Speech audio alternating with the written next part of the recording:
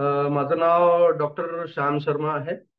मी महाराष्ट्र अकोल्यामध्ये एक general practitioner मागच्या 28 वर्षापासून प्रॅक्टिस करतो आहे. आज आपण या धकाधकीच्या जीवनामध्ये एक अशा टॉपिकवर बोलणार आहे की तसं वरकरणी जर पाहायला गेलो तर तो एक नॉर्मल टॉपिक आहे. खूप लोकांना अशा प्रकारचे लक्षणं असतात, पण कोणीही त्या गोष्टीला जास्त सिरियसली घेत नाही आणि त्याच्यामुळे अनेक असे आजार उद्भवतात.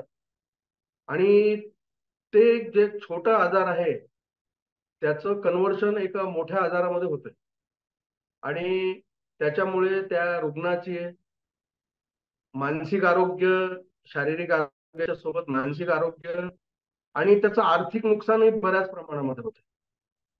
आपण या आजाराला जर सुरुवातीपासनं गंभीरतेनं घेऊन चांगल्या आणि योग्य डॉक्टर कडे गेलो आणि योग्य प्रकारे जर उपचार केले तर हा छोटा वाटणारा आजार जो आहे तो सहजासहजी काही मोठ्या तपासण्या न करता सुद्धा बरा होऊ शकतो.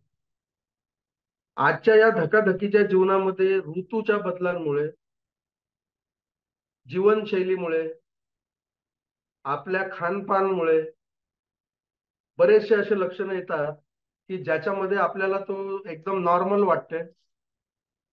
जसे की आपल्याला पोटदुखी होते, पोटामध्ये आम्ल वाढते, ते आम्लता वाढण्याचे लक्षणं आहेत. आणि सामान्य लोक याला काही नाही बुवा, माझी ऍसिडिटीच वाढली, माझ्या छातीमध्ये फक्त जळजळच होते आहे, ह्या अशा छोट्या छोट्या गोष्टीकडे दुर्लक्ष करतात. आणि ते पुढे मग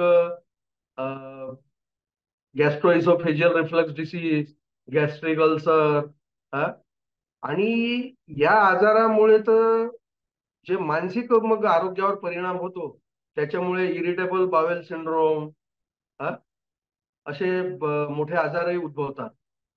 तर त्याच्यामुळे या छोट्याशा आजारावर सुरुवातीलाच योग्य काळजी घेऊन जर योग्य उपाययोजना केल्या, आणि फक्त औषधांनी होणारा हा नाही आहे, याच्यासाठी आपल्याला संपूर्ण आपल्याला आरोग्याची काळजी म्हणजे आपल्याला आपल्या जीवनशैलीमध्ये बदल करावा लागेल. हा काही प्रकारे आपल्याला आपलं डाएट म्हणजे आपलं जे खातो पितो ते आपल्याला बदल करावे लागतात. याचे मुख्यतः जे कारण आहेत, जास्त जड पदार्थ खाणे, चटकदार आणि श्रीमंत ज्याला म्हणतो श्रीमंत जेवण करणे, हे असे कारण याचे मेन कारण आहे.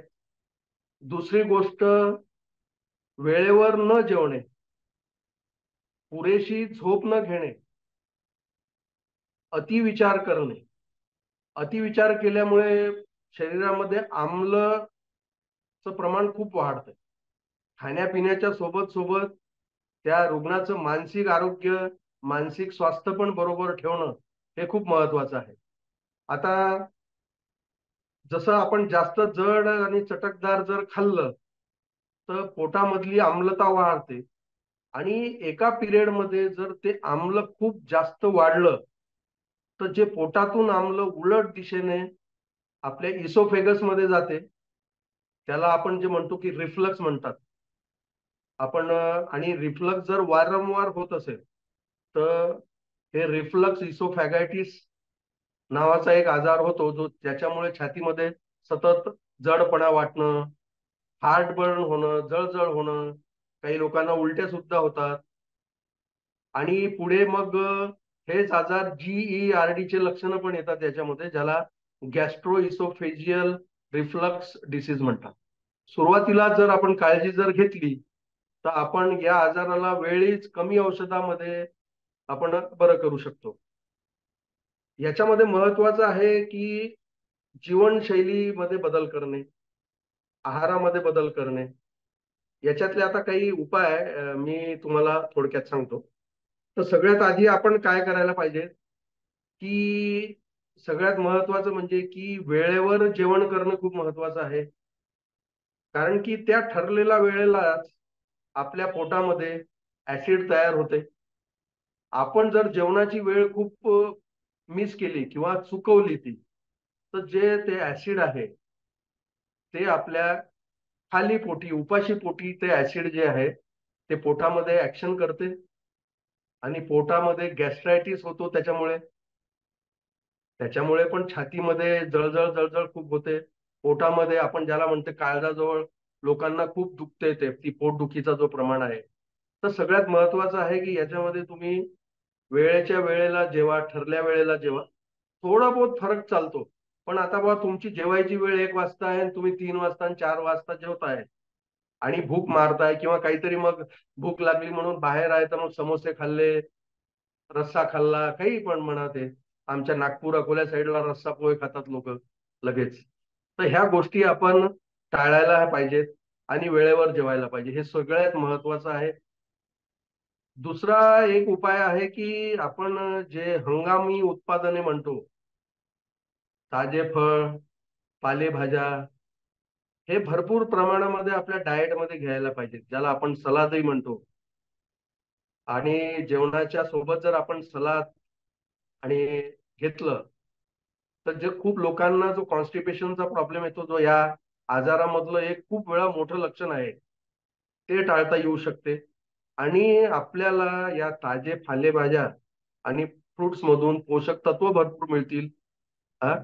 आणि जी एक आपल्याला डिफिशियन्सी जे निर्माण होते आजकाल खूप, मी माझ्या ओपीडी मध्ये पाहतो आहे की लोकांमध्ये व्हिटॅमिन B12 आणि D3 ची डिफिशियन्सीचं प्रमाण खूप वाढलेलं आहे.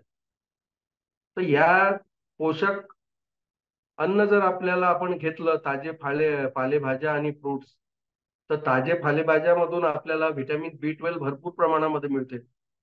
तर तो एक मोठा प्रॉब्लेम पण सॉल्व्ह होईल. दुसरं कारण आहे एक, आपण भरपूर पाणी प्यायला पाहिजे, सतत स्वतःला हायड्रेट करायला पाहिजे. व्यवस्थित जर हायड्रेशन असलं तर आपल्या अन्ननलिकेची जे मुवमेंट्स आहेत, पेरिस्टाल्सिस म्हणा, हे सगळं व्यवस्थित राहते. आणि जे एक्सक्रिशन आहे किडनीद्वारे वेस्ट प्रॉडक्टचं, लॅट्रिन झाले, तर पाणी कमी जर असलं तर ते त्याच्यामुळे पण कॉन्स्टिपेशनचं प्रमाण वाढते. तर आपण आपल्या स्वतःच्या शरीराला भरपूर प्रमाणामध्ये आपण हायड्रेट ठेवायला पाहिजे, पाणी व्यवस्थित प्यायला पाहिजे. आणि या उन्हाळ्याच्या दिवसामध्ये, या बदलत्या ऋतूमध्ये, जेव्हा अकोल्यामध्ये 45-46 डिग्री आहे, काही काही जागी 48-49 पर्यंत तापमान गेलं, तर पाणी असणारं फ्रूट जे आहे, जसं नारळ पाणी आहे, आपण टरबूज आहे, खरबूज आहे, मोसंबी, संत्रा, अशा फ्रूटचं सेवन करायला पाहिजे. दुसरं आहे की प्री आणि प्रोबायोटिकचा वापर डॉक्टरच्या सल्ल्यानुसार संतुलित प्रमाणामध्ये जर केला, तर याच्यामध्ये जे आपल्या शरीरासाठी मदत करणारे काही बॅक्टेरिया आहेत, ते त्याच्यामुळे आपल्याला तयार करतात अन्ननलिकेमध्ये आणि आपल्या पचन संस्थेवर, पचनक्रियेवर त्याचा चांगला परिणाम होतो. तर त्याच्यामुळे प्री आणि प्रोबायोटिक जे आहे, हे याचं व्यवस्थित डॉक्टरच्या सल्ल्यानुसार सेवन केलेलं पाहिजे. तर आपण काय करायला पाहिजे, तिसरं गोष्ट हे आपण आता सध्या सांगतोय काय करायला पाहिजे. तिसरी गोष्ट म्हणजे की तुम्हाला नित्य नियमाने व्यायाम करणं खूप महत्वाचं आहे. नित्य नियमाने व्यायाम करण्याचे फायदे खूप आहेत. त्या रुग्णाचं शारीरिक स्वास्थ्य, फिजिकल फिटनेस तर चांगलं राहतेच, पण मन प्रसन्न राहते, मानसिक स्वास्थ्य चांगलं राहते. मन प्रसन्न जर असलं तर माणसाची जी चय चय म्हणजे पचन प्रक्रिया जी आहे, ते खूप चांगलं राहते. की असा आमचा अनुभव आहे की जे लोक नर्वस असतात, जे खुश नाही राहत, त्यांची पचन प्रक्रिया पण खूप चांगली होत नाही. त्यांना कधी अवेळी संडासला जाणे, कधी संडासच न येणे, त्याच्यामुळे पण हे सगळे प्रॉब्लेम निर्माण होतात. आणि ताज्या हवेमध्ये जेव्हा आपण व्यायाम करतो किंवा मॉर्निंग वॉकला जातो, तर आपल्याला शरीराला ऑक्सिजनचं प्रमाण जे आहे ते भरपूर मिळते आणि या ऑक्सिजनमुळे एकूणच आपल्या आरोग्यावर चांगला परिणाम होतो आणि याचा परिणाम आपल्या पचन संस्थेवरही होतो.